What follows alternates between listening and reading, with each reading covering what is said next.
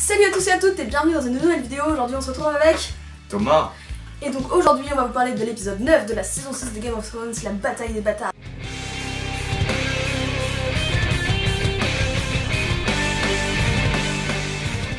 Donc surtout si vous n'avez pas vu l'épisode, vous ne regardez pas cette vidéo, je vous en supplie, il y a des spoilers partout. Cet épisode est génial, il faut pas se faire spoiler avant de voir cet épisode. Donc notre avis global sur l'épisode, donc faut savoir que vraiment je pense que c'était le meilleur épisode de cette saison. Il a été élu meilleur épisode de toutes les saisons de Game of Thrones en fait.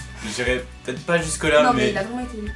Ouais, je sais, mais j'irai peut-être pas jusqu'à dire que c'était le meilleur épisode de toutes les saisons, mais en tout cas au niveau de la réalisation, c'était vraiment gigantesque. Et c'est aussi celui qui a coûté le plus cher, et ça se voit. Donc on commence avec une première scène, donc l'attaque de Meereen avec les esclavagistes qui arrivent donc pour détruire la ville. Et là encore au niveau de la réalisation c'était énorme, on commence un premier plan. Avec la boule de feu là, la boule de feu qui éclate contre un mur, c'est magnifique. C'était magnifique comme réalisation. Donc ensuite on a une scène avec Tyrion et Daenerys explique qu'elle veut tous les mettre à feu et à sang. Et là Tyrion explique qu'elle ne doit pas ressembler à son père le roi. Et cette saison on aura beaucoup parlé du roi fou.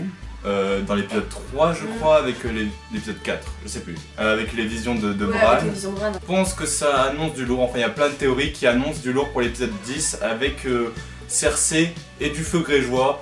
J'en dis pas plus mais je pense que ça te fera grandement plaisir. Non. Aussi une autre scène dans l'épisode qui arrive, qui est vraiment géniale, qu'on attendait depuis super longtemps, c'est Daenerys et ses dragons, qui pour une fois était super bien réalisé, ouais, enfin, ça allait, en tout cas mieux qu'avant, c'était cool, on voit quelle taille ils font, c'est déjà pas mal. Et donc c'était vraiment épique, on peut dire ça comme ça, ouais. Vraiment génial. Les dragons, enfin c'était magnifique, le dragon qui brûle les bateaux, c'était waouh. J'étais vraiment contente de les voir. Par contre, j'ai du mal à comprendre de quelle façon ces dragons sont loyaux, parce que le dragon peut se barrer à n'importe quel moment, mais dès qu'elle lui donne un ordre, il va l'exécuter. Ça ne veut pas dire grand chose. C'est leur mère hein. Mais en tout cas cette scène pétait le feu, c'est le cas de le dire. Littéralement. On a les esclavagistes qui se font donc tuer sauf un pour prévenir les autres. C'était une scène plutôt sympa où Tyrion reprend un peu du charisme. Une autre scène vraiment très cool, moins épique mais vraiment qui fait avancer l'histoire, c'est Yara et Theon qui arrivent finalement devant Daenerys et qui passent une alliance pour reprendre les îles, et ça c'est génial. En plus il y a une petite scène où, enfin dans cette scène Yara drague Daenerys. C'est très bien. Je trouvais ça plutôt amusant, c'était une scène plutôt amusante et je trouve que c'est bien d'avoir des personnages féminins forts comme ça dans cette série. Là les deux femmes qui s'allient, qui se laissent pas marcher sur les pieds, c'est génial. D'ailleurs elles le disent clairement, elles veulent pas se laisser marcher dessus par les hommes, et ça c'est parfait. Alors aussi je tenais à dire que on n'a pas vu Barry dans cet épisode. Parce qu'il était parti à Westeros et j'espère vraiment qu'on va pas le perdre de vue ce personnage parce que je l'aimais beaucoup. Parce que ça arrive que des fois il y a un personnage qui se barre dans une scène, l'oncle Benjen, comme ça, hein, je dis ça, je dis rien. Il revient 4 ans plus tard. J'espère vraiment pas qu'il reviendra plus de 4 ans plus tard. J'espère qu'on le verra dans le prochain épisode. On passe à un autre arc de personnage avec donc Jon Snow et Ramsay. On a enfin la rencontre des deux et c'était une scène vachement sympa où Jon Snow impose un peu, il défie un peu Ramsay et Ramsay de son côté le provoque un peu. C'était une scène plutôt sympa. Avec Sansa qui bouge ses fesses aussi un peu. Oui, Sansa qui bouge un peu ses fesses, c'est cool.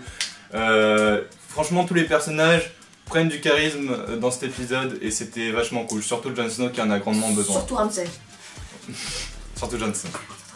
Surtout Jon Snow. Ramsay. Ensuite on se retrouve dans le camp de Jon Snow avec Davos qui trouve enfin le petit cerf qu'il avait taillé pour la petite fille de Stannis Baratheon. Donc c'est là qu'il comprend en gros, bon, enfin je pense que de là il a compris que la sorcière rouge avait brûlé cette petite fille avec une scène qui était vraiment atroce. C'était dans la saison dernière. Je pense qu'il va y avoir un gros conflit entre les deux.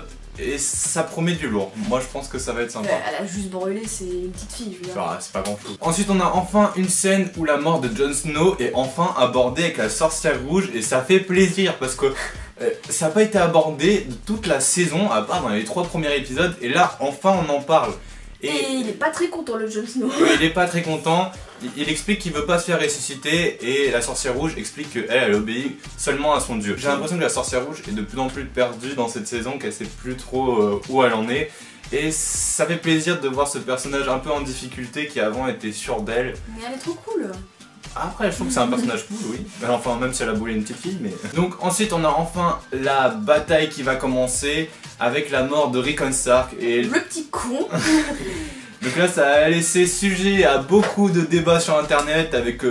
Alors, il se serait pas pris la flèche s'il courait en diagonale, c'était caché derrière les cadavres, était allé sur terre, etc. Mais non, il a fallu qu'il court en ligne droite, comme ça si tu tires une flèche, t'es sûr qu'elle atteint son but. Alors, en plus, l'acteur s'est même excusé lui-même. Je vais vous poster le tweet qu'il a mis. Mais après moi, quand j'ai regardé l'épisode, ça m'a pas dérangé parce que en fait Rickon devait atteindre le plus vite Jon Snow qui lui aussi était à cheval et qui courait droit devant lui. Donc en soi, ça m'a pas dérangé. Après, en y réfléchissant, c'est vrai qu'il aurait pu se cacher derrière, mais...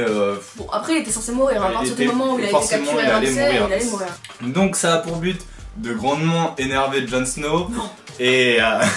Et donc là, Jon Snow va aller les attaquer de front et oublier un peu la stratégie qu'il avait fait avec Davos. Et ça donne lieu à une scène de malade. Jon Snow qui retire son épée avec... c'était la meilleure scène de bataille que j'ai jamais vue de ma vie en fait. Ah oui, non mais vraiment, ça vaut mieux que certaines grandes scènes de cinéma, c'était incroyable. Donc pour en revenir vite fait sur la bataille, parce qu'on va pas commenter tout ce qui s'est passé dans la bataille, mais c'était juste... épique de fou, c'était une réalisation de malade, il n'y a rien à redire. Jon Snow dans cette scène pète le feu. Toi t'en as pensé quoi de cette bataille? Alors pour une fois que j'ai bien aimé Jon Snow et que j'étais là putain le laissez pas mourir maintenant. Ah oui. Alors que de base je déteste Jon Snow, on est bien d'accord, je le déteste, je le méprise. Mais là franchement cette scène il a été tellement héroïque que franchement j'étais vraiment derrière lui, j'étais là oh putain on va niquer sa mère à Ramsay. Mais quand il s'est noyé sous la masse de corps là, ça m'a foutu la pression, j'étais vraiment... Ma mère a tellement eu la pression qu'elle a pleuré pendant 25 minutes pendant l'épisode. En gros cette bataille, c'était géant. Je m'en suis toujours pas remise. Et oui non vraiment je pense que je vais me la remater parce que... c'était énorme. La bataille se finit avec Baelish et il défonce tout avec son armée. Mais je me dis que Sansa est un peu étrange dans cette saison, dans son évolution. Je pense qu'elle va commencer à se rapprocher un peu d'un comportement un peu comme Baelish justement. Parce que en gros, si on y réfléchit, elle s'est servie des sauvageons juste comme un appât. Et c'est triste. Et pourquoi on n'a pas parlé à Jon Snow avant? Je pense qu'elle pense beaucoup à sa vengeance personnelle et à ses propres intérêts avant de penser aux autres. Et je pense qu'elle va commencer à évoluer plus vers ce côté-là, Sansa. Moi j'aime bien ça justement, il faut qu'elle évolue comme ça. Bah après, oui parce que de toute façon avant elle avait zéro charisme et là enfin on s'intéresse un peu plus au personnage. Et après on a la mort du géant, c'était un personnage bon, qui était pas forcément très développé mais que esthétiquement il était beaucoup trop classe ce personnage. Et c'était très triste. Et du coup ça a fait un gros buzz sur internet. Et ben on avait Hodor avec Holdor, maintenant lui on l'appelle Brodor parce que Broke the Door, et je trouve ça trop fou. Ça a pour but d'énerver beaucoup Jon Snow qui va défoncer la gueule à Bolton et putain comment ça fait plaisir, c'était jouissif comme scène, même si tu aimes bien Bolton. Non franchement c'était cool même si j'aimais beaucoup Ramsay, j'ai pas mal aimé. Et donc on termine sur la mort de Bolton qui se fait dévorer par ses propres chiens. On s'y attendait tellement, mais c'était tellement bien. Bah oui, mais... C'était tellement bien, genre là Sansa elle est passée de là à là dans mon estime. Surtout le petit sourire qu'elle esquisse à la fin.